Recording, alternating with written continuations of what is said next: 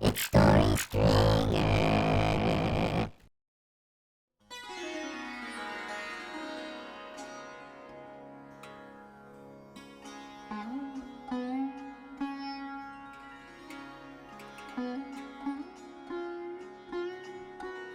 So, it's a late afternoon of the fourth day. Shahrazad is in a bedroom, meditating on the story of the upcoming night, when her sister decides to pay her an early visit. Yo, sis. Sorry, I got here as soon as I could. Where's the king at? Oh, he said something about meeting with architects and building a city in a straight line. Just one big line.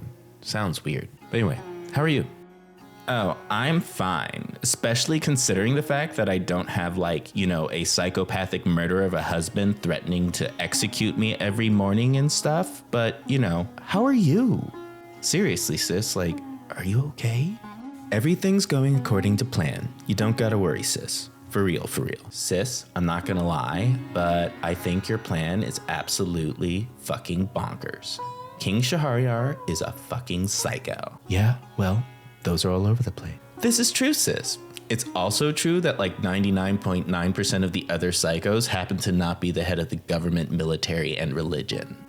Yes, but in here, he's just a man. And all men are pulled by the same lever. Good point. And speaking of which, how big is it? Oh, hey! Meh, just send it behind the sun. Oh, ladies, good to see you. I hope you had a lovely day, Shahrazad. Because it is very well your last, for after tonight's story, I will have you executed. Finally. But keeping it 100, I am looking forward to hearing what happens out with that fisherman in Jinn. Yes, your majesty. I was wondering, tomorrow we should start early. I think that we have a lot to go over in terms of accounts. I've been thinking about the executioner. He does have quite a large pension demand. Later, get lost. Yes, of course, your majesty. I will see you in the morrow. Oh, wait, Vizier. Tell the executioner I'm feeling blood. I want to see a lot of blood tomorrow morning. What do you think, Shar? Sound good? Good, giving, and game, my love. Let's get into it. We'll see how game you are when you're being torn apart limb from limb. But I digress. Vizier! Yes, your magnificence and grace. Tell Brian he better bring it tomorrow. I want to see blood. Oceans of blood. Yes, your majesty. Of course. I will get right on that. Good night to you. And good night to you, my queen, and the queen's sister. Adieu. What a weirdo. Anyway, it is nighttime. I believe last night we left off with the fisherman about to ask the genie a question. So come on, babe. Let's do this thing. Yeah, sis. Floor is yours. Let's hear the story. All right. Let's rock and roll. I have heard, O fortunate king, that the fisherman, seeing that the Ifrit was implacable, decided to use his wits. By the seal of Solomon, that's on that jar, I know for a fact that you gotta answer every question I ask you truthfully, right? Yeah, that's right. Shoot it. Now look, you're a big guy, am I right? Well, yeah, I'm pretty swole. And you're trying to tell me that you spent 1,000 years in that little ass jar? Yeah, that's right, motherfucker. What? No, you didn't. Yes, I did. You're a fucking liar. Why don't you say that to my face? I just did, bitch. Well, fuck you. I'm not a liar. Well, that's what a liar would say, huh? Motherfucker, I was in that jar. You're the one that set me free from it. So get with it, clay motherfucker. I was in the damn jar. I don't fucking believe you, bitch. Prove it. Oh, is that right? What are you, fucking deaf? I said prove it. Well, let your punk ass eyes see this. Now watch and learn. With that, the Ifrit turned into smoke and coalesced into the jar. The fisherman, acting slick, leapt on top of it and sealed the jar with the lid. Shit. Listen, you better let me the hell out of this jar right now or I will fuck you up. Hey, Genie, I got a question for you. Oh, what's that? How do you want to die, motherfucker? Oh, man, come on, let's talk about this. Nah, bitch, the time for talk is over. I'm about to Tom Brady your ass into the sea. No, wait, we can talk about it. Nah, motherfucker. Not only am I gonna throw you into the sea, but I'm gonna make sure no fisherman or anybody ever comes back around here, so you'll never be found. Oh, come on, my guy. You know I was only joking. We're good. Nah, suck my dick. I ain't falling for that flim-flam. Yo, let me out and I will hook you up. Believe me. You're talking out your ass. On God, I'm telling you, my guy, I'm not. You and I are just like the story of the vizier of King Yunnan and Durban the sage. What's their story? You must know it, Frit. Once upon a time, in the land of Ruman, there lived a king named Yunnan who ruled the city of Fars. And know ye, Ifrit, that he was a wise and dignified ruler, whose court was filled with scholars, artists, legislators, beautiful people, and some of the blackest slaves in all the lands. But all of this decadence was blighted by one fact. King Yunnan was a leper. And in his quest for a cure, King Yunnan had spent a considerable amount of time and wealth to no avail. For no doctor, shaman, or sorcerer from any land was able to provide him with a cure. I am not an animal! I am a human being! The king had known this misery for most of his life, and had given himself to despair. That is, until one day. From a distant land, there came a man whose learning was beyond measure. He had studied the books of the Greeks, the Persians, the Arabs, and Syrians. He was learned and versatile in many different forms of knowledge. He had learned the arts of medicine and surgery in foreign lands. He had learned the powers of divination and prophecy from the power of the stars and magic. Through his worldly travels, he had come to know knowledge of plants and animals and which could harm and which could help. This was a man with a galaxy-sized brain that no one could fathom. He was a scholar beyond measure. He was The Sage. When this man of great learning arrived in the city, he immediately set about looking for action. Let's do this. Several days later. Okay, you didn't hear this from me, but King Yunnan has total leprosy. No! It wasn't long before Durban learned of the king's incurable affliction. Knowing he was the man for the job, he rushed to his hotel. For the rest of the night, he paced his suite, formulating a cure. And when dawn broke, he put on his finest robes and made his way out to the palace to see King Yunnan. Attention, attention everyone, if I might have your attention.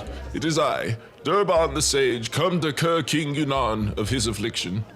Your Majesty, I am a doctor and scholar come from faraway lands. If you but grant me the opportunity, I can cure you of your malady. Yes, another doctor. Do you know how many doctors I've seen who've made this claim, Durban the Sage? Many doctors from many lands that brought many failures, I am sure. But I assure you, King Yunnan, that I will not fail. I will cure you of your sickness. Now, if I am correct, the sickness that besets you is leprosy. Yes? Are you so blind that I must state the obvious? Yes, great sage, I am a leper. Your Majesty, it should please you to know that I will cure you of this without giving you any medicines to drink or unguents and ointments to apply to your skin. To hear such things is interesting to a king, but to see them would be astonishing. To see and hear are pleasures, yes, good king, but to experience a pleasure unrivaled. Astonished you will be. Of this I assure you, Your Majesty. I shall return on the morrow with your cure, good king. As for tonight, say goodbye to your sickness, for tomorrow you will be a new man of good health. If he fails me, he will die. Durban now went to the city, where he rented a house in which he deposited his books, his medicine, and his drugs. He then took some of the latter and placed them in a polo stick. And with his great skill, he crafted for it a special handle. Satisfied with his work, he grabbed a polo ball and made his way to the palace. The next day, Durban arrived at court. He made his presence known among the viziers, the emirs, and officials of state, the beautiful people, artists, and scholars, and called for the king. Rejoice, Your Majesty, for I, Durban the Sage, have come with a cure for your leprosy. If I dance, it will be one of disappointment, for I have tasted all the potions, swallowed all the pills, and worn all the ointments and salves. and none of them have cured me.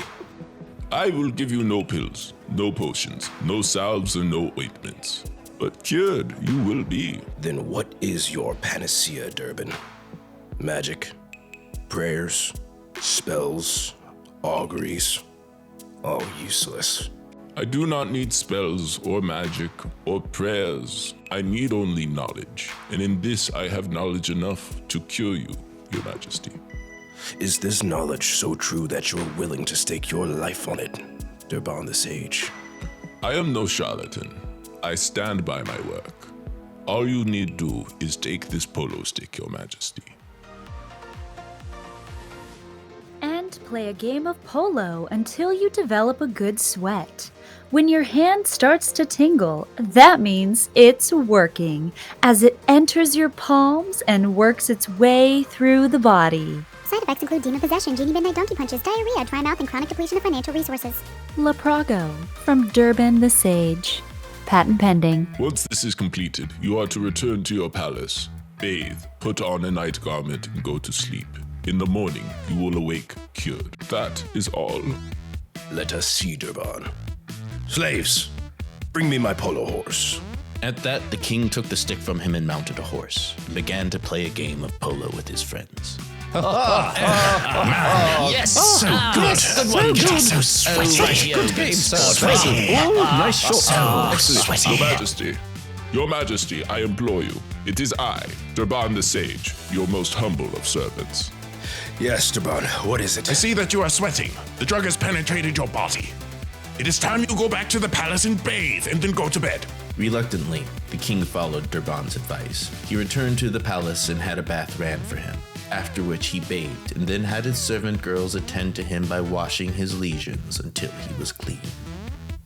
The royal penis is clean, sire. After bathing, he then put on his best sleeping robe and laid himself down for a night's rest. As for Durban, he blissfully walked home, satisfied knowing that he had cured the king, knowing that medicine was its best reward. Now, just to rub one out before bed. Make for a healthy prostate. The next morning, Durban awoke, happy and excited to see the king. I, Durban, do return, seeking the king's presence, so that I might humbly kiss the ground before him. Then Durban sang this praise.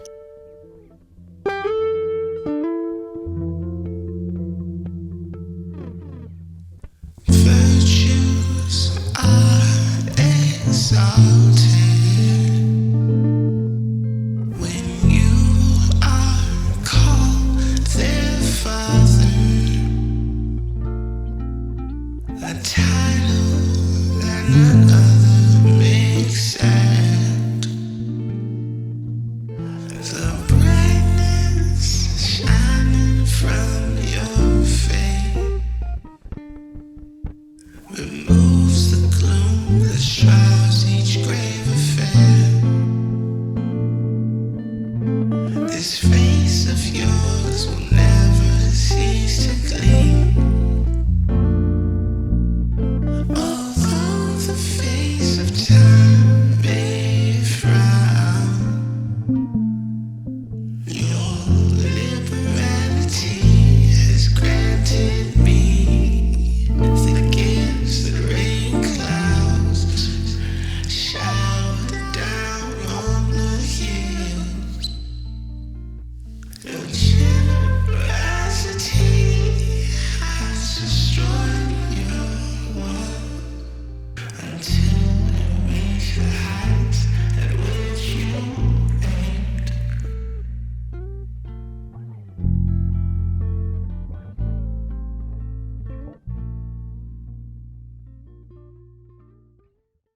Zesty!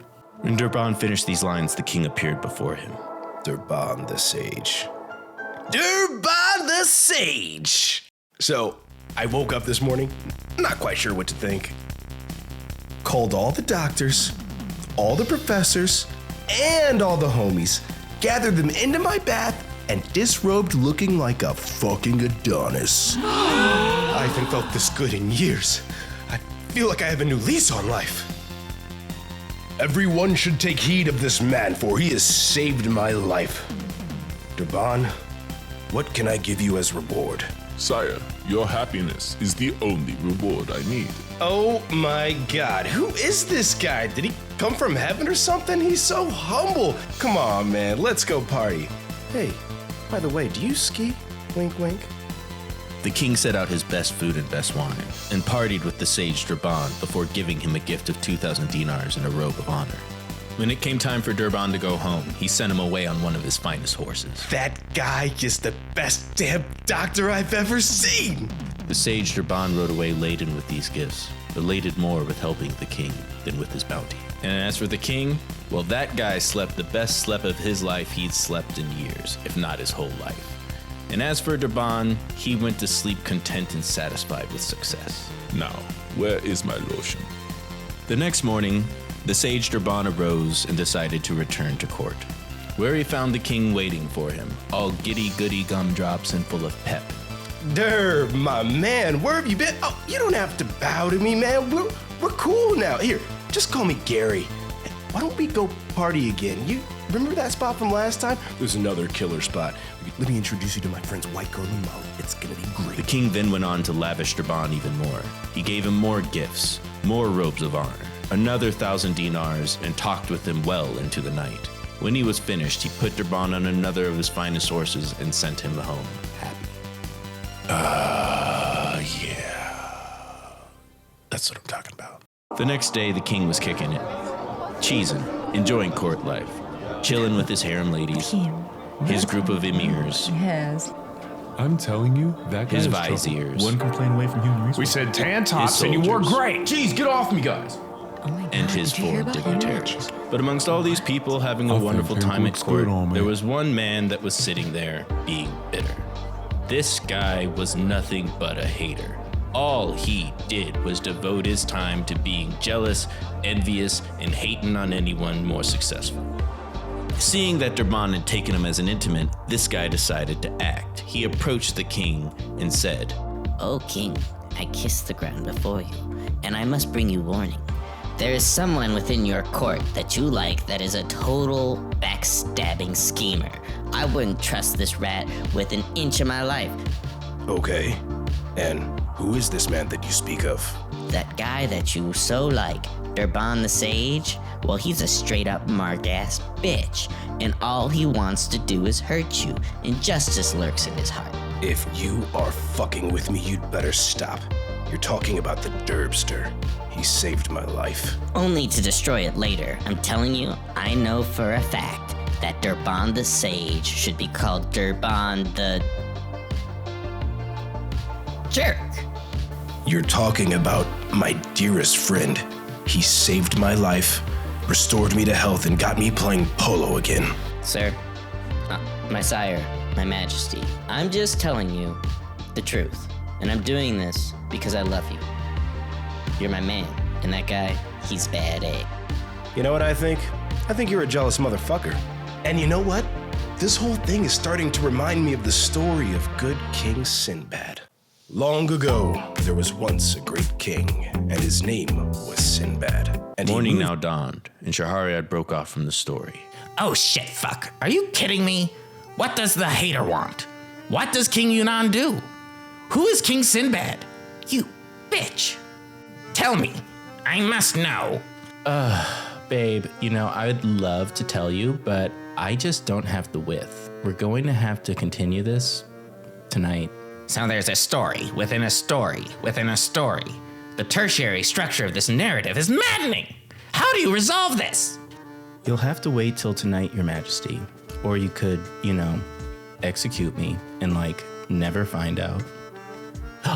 By Allah, I see what you are doing. It's so obvious now. You want more of the deed, don't you? Typical woman. Can't resist the man meat. Oh my god, yes, that is definitely it. Geez, Dunn, you can't get anything by this guy, can you? No, he's like so effing smart, it's like ridiculous, sis. Oh my god.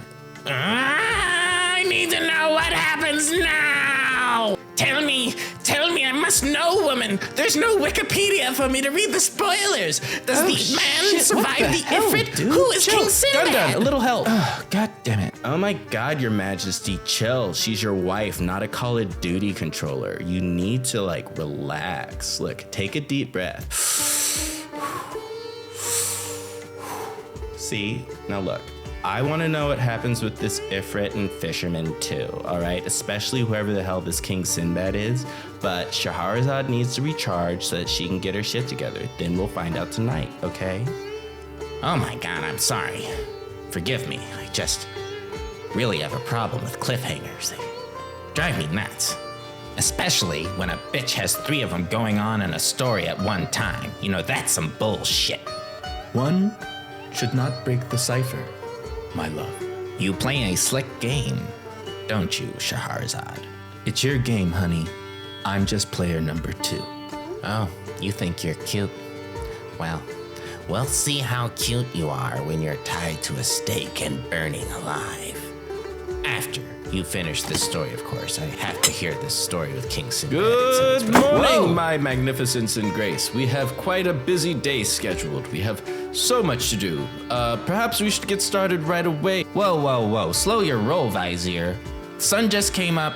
I haven't even taken my morning dump yet. You have got to back the fuck up, bro. Like, we'll start the day at around noon. Cool? All right? I only wish the most productive empire possible for you, my liege. You see? All right, let's do some executing. King, this is gonna blow your shit. Everybody and their mama's up in here. Listen, both of you, Vizier, we need to put a pin in it till later, noon. Noon is when we start work.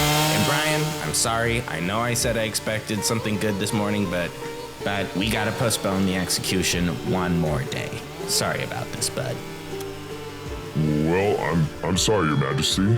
I just had this thing made at the House of Wisdom. It's called a chainsaw.